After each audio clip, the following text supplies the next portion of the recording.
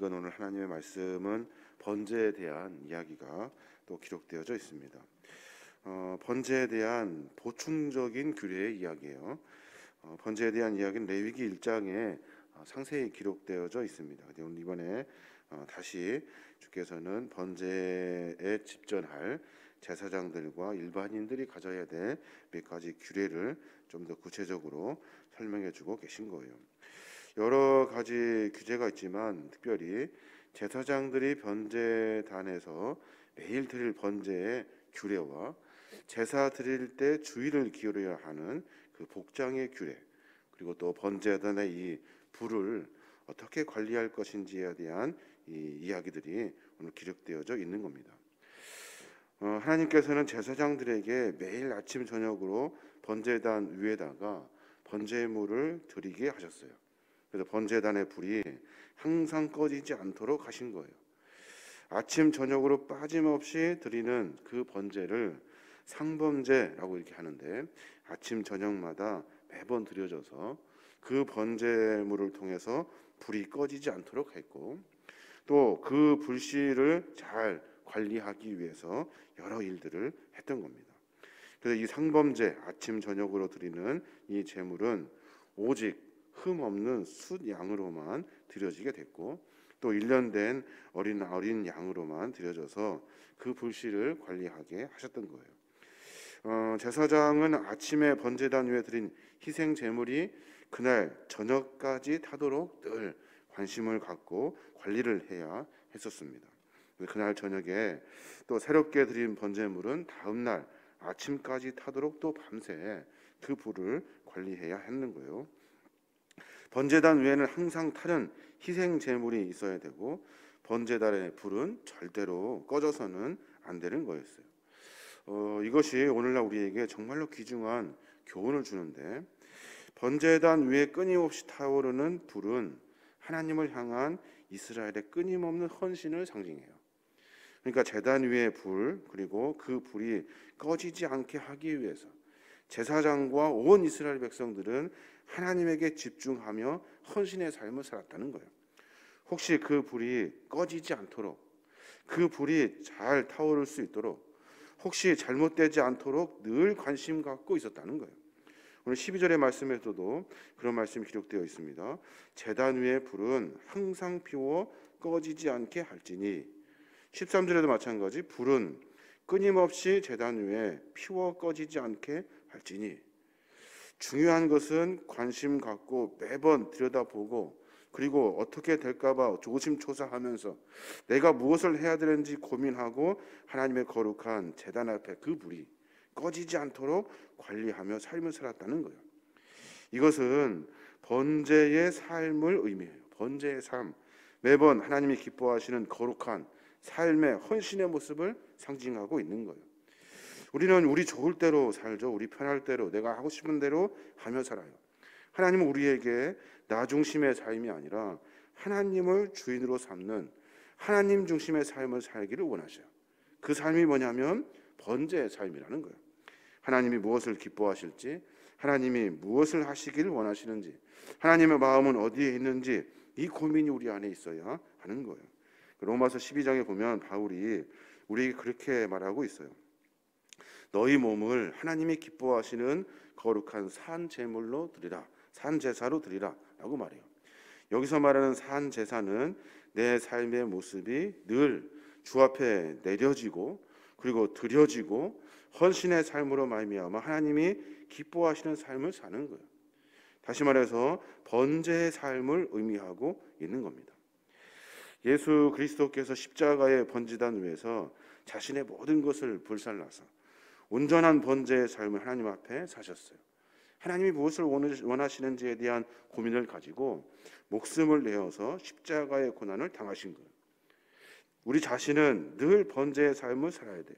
내 자신을 뒤돌아보고 내 자아가, 내 정과 욕심을 매 순간마다 십자가에 늘 못 박아서 내가 하나님의 거룩한 말씀과 은혜 안에 살도록 매번 나를 죽이고, 또 하나님이 무엇을 기뻐하시는지를 늘 고민하면서 삶을 살아야 하는 거예요. 이게 바로 번제의 삶이라는 겁니다. 한번 생각해 보십시오. 여러 일들이 있겠지만 그 불이 꺼지지 않게 하기 위해서 밤새도록 지켜야 되고, 순번을 정해서 지켜야 되고, 그 불을 관리하기 위해서 여러 일들을 서로 나누어서 감당했다는 거예요.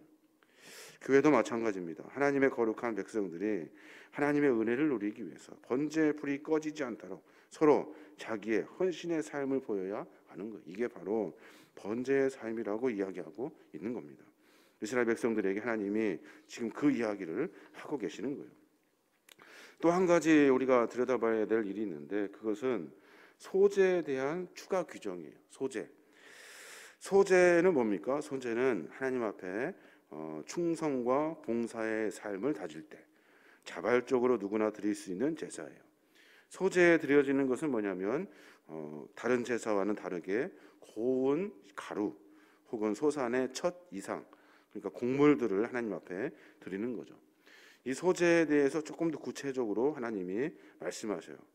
그 첫 번째가 뭐냐면 일반인이 드리는 소제, 그리고 또 제사장이 드리는 소제에 대한 이야기를 하고 계신 거예요. 소제는, 일반인이 드리는 소제는 그 제사장이 집전하여 제사를 드린 후에 기념물로 취해서 번제단 위에서 불살라진 부분을 제외하고 나머지 부분을 제사장들이 먹도록 하신 거예요. 16절에 보면 그 나머지는 아론과 그의 자손이 먹되 누룩을 넣지 말고 거룩한 곳 회막들에서 먹을지니라 라고 말씀하고 계셔요. 제사장 위임식 때 제사장들이 드린 소제는 모두 번제단에 불살라 버리는데, 일반 성도들이 드린 소제는 구분하여서 제사장들이 먹도록 하였다는 거예요. 이 구체적인 내용들을 하나님이 또 말씀하고 계시는 거예요. 여기에 우리가 분명히 알아야 될 것이 있는데, 하나님께서는 제사장이 먹는 음식에 누룩을 넣지 말라라고 선포하고 계셔요. 11절에 그러죠. 그것에 누룩을 넣어 굽지 말라. 이는 나의 화제물 중에서 내가 그들에게 주어 그들의 소득이 되게 하는 것이라. 속죄제와 속건제 같이 지극히 거룩한적이라고 말해요. 누룩을 넣지 말래요. 한마디로 소제는 처음에 말씀드린 것처럼 봉사와 헌신과 충성을 의미해요. 하나님 앞에 마음을 다하여 뜻을 다하여 죽도록 봉사하며 헌신하는 것을 의미해요. 이 소제에 누룩을 넣지 말라고 하신 이유는, 누룩은 부풀어지거든요. 누룩은 보기에 이렇게 먹기 좋게 부드럽게 부풀어서 변질을 시키는 그런 성향이 있어요. 성경의 누룩은 거짓과 교만을 상징해요. 그러니까 하나님 앞에 드려지는 예물, 일반 성도들이 드리는 하나님 앞에 드리는 예물 안에는 누룩을 넣지 말라는 거예요. 거짓과 교만 없이 순수한 모습으로 본심을 다하여 그대로 하나님 앞에 드려야 한다고 이야기하고 있는 거예요. 봉사에는 다른 모든 일들이 진심을 다하여 드려야 되고 헌신을 다해야 하는 것이 맞습니다. 그 안에 거짓이 들어있고 교만이 들어있고 다른 생각이 들어서는 안 된다는 거예요. 특별히 하나님 앞에 봉사하는 일도 그래요. 제사장도 마찬가지입니다. 그 드려진 그 제물의 것을 구별하여 먹을 때 다른 마음을 가지고 먹는 것이 아니라 하나님께 드려지는 일반 성도들의 순수한 마음을 하나님과 함께 동행하는 믿음의 삶의 여정 가운데 먹는 거예요. 더 가지려고 하거나 더 다른 것으로 바꾸거나 하나님 앞에 드려지는 것이 변질되지 않도록 해야 한다는 겁니다. 그러니까 쉽게 말하면 하나님은 일반 소제에 대한 이야기를 하시면서 누룩에 대한 이야기를 하셔요. 전에도 말씀하셨고 지금도 또 말씀하고 계시는 거예요. 강조하는 거죠. 성도는 주 앞에 순수한 마음으로 헌신하고 봉사의 삶을 살아야 한다는 거예요. 거짓이나 교만이나 다른 생각이 들어서는 안 된다는 거예요. 제사장도 마찬가지. 또 하시는 말씀이 뭐냐면 18절에 보면 그런 말씀을 하셔요.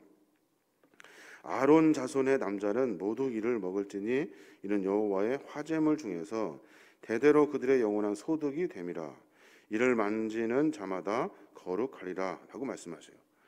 그러니까 하나님께서 소제의 일부분을 제사장들에게 주면서 이 음식은 영원한 그 하나님께서 주시는 그 제물로 구별하셔서 그들에게 주었다는 거예요. 이건 참 귀한 의미가 들어 있습니다. 소제물 가운데 번제단 위에 불살라 지지 않는 일부분을 제사장 음식으로 허락해 주셨다는 거예요. 단 한 번만 허락하신 것이 아니라 이 제사 제도가 존속하는 한 영원히 그들의 소득이 되도록 하신 거예요. 무슨 의미를 가지고 있냐면 제사장들은 다시 말해서 하나님의 사명을 감당하고 주 앞에 충성하고 헌신하는 우리 모든 믿음의 성도들은, 하나님의 일꾼들은 하나님께서 의식주의 문제를 해결해 주신다는 거예요. 끝까지 포기하지 아니하시고 그 문제에 시험 들지 않도록 미리 다 예비하시고 주께서 책임져 주신다는 거예요. 근데 오늘날 사람들은 어떻습니까? 주의 일을 하는 자들이 더 많이 취하려고 하고 얻으려고 하고 이 의식주의 문제에 욕심을 가지고 다른 일을 하게 되는 거예요. 이런 일 속에서 실수를 범하게 되고 하나님의 계명과는 전혀 다른 일들을 하게 되는 거예요. 그러니까 제사장들은, 하나님의 거룩한 백성들은 늘 하나님께서 우리의 삶을 책임져 주시고 붙들어 주신다는 사실을 깊이 알아야 하는 거예요. 다른 사람들처럼 뭐 많이 먹으려고 하고 뭐 많이 가지려고 하는 것이 아니라 늘 하나님께 맡기고 하나님이 책임져 주시는 은혜의 삶으로 사는 거예요. 제사장들은 그 중요한 규례를 후대에 잘 지켰으면 좋을 것인데 그것을 다 잃어버립니다. 그리고 또 뒤에 많은 재물을 하나님께서 구별하였던 것 외에 다른 것들을 또 취하게 되죠.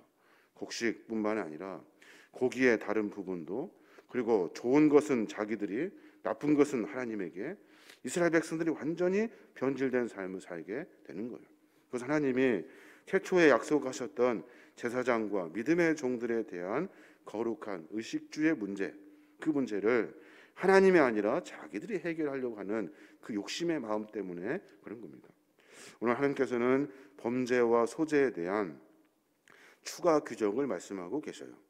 번제, 그 소제, 번제와 소제 안에 누룩이라는 말씀이 우리의 마음과 삶을 깊이 깨닫게 합니다. 거짓과 교만의 마음이 아니라 내 안에 있는 다른 생각이 아니라 하나님을 온전히 섬길 수 있는 마음. 또 하나님은 의식주의 문제를 우리로 하여금 해결해 주시는 분이셔요. 내 삶의 여정 가운데 늘 붙들어 주셔서 욕심 가지고 더 많이 누리려고 하는 것이 아니라 하나님이 무엇을 원하시는지에 대한 깊은 고민을 가지고 삶을 살아내는 진실함이 우리 안에 있어야 하는 겁니다.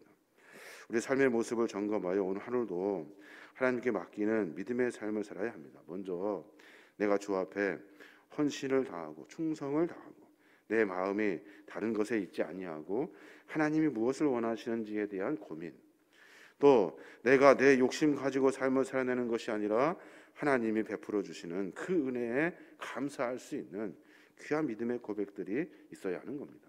오늘 하루 가운데 그런 삶을 살아내므로 말미암아 주 앞에 더 신실한 정으로 하나님 보시기에 합당한 믿음의 사람들로 이 어두운 시대 가운데 주의 사명을 감당하는 주의 헌신된 충성자들로 삶을 살아내시는 저와 여러분이 되시길 주님의 이름으로 축원합니다.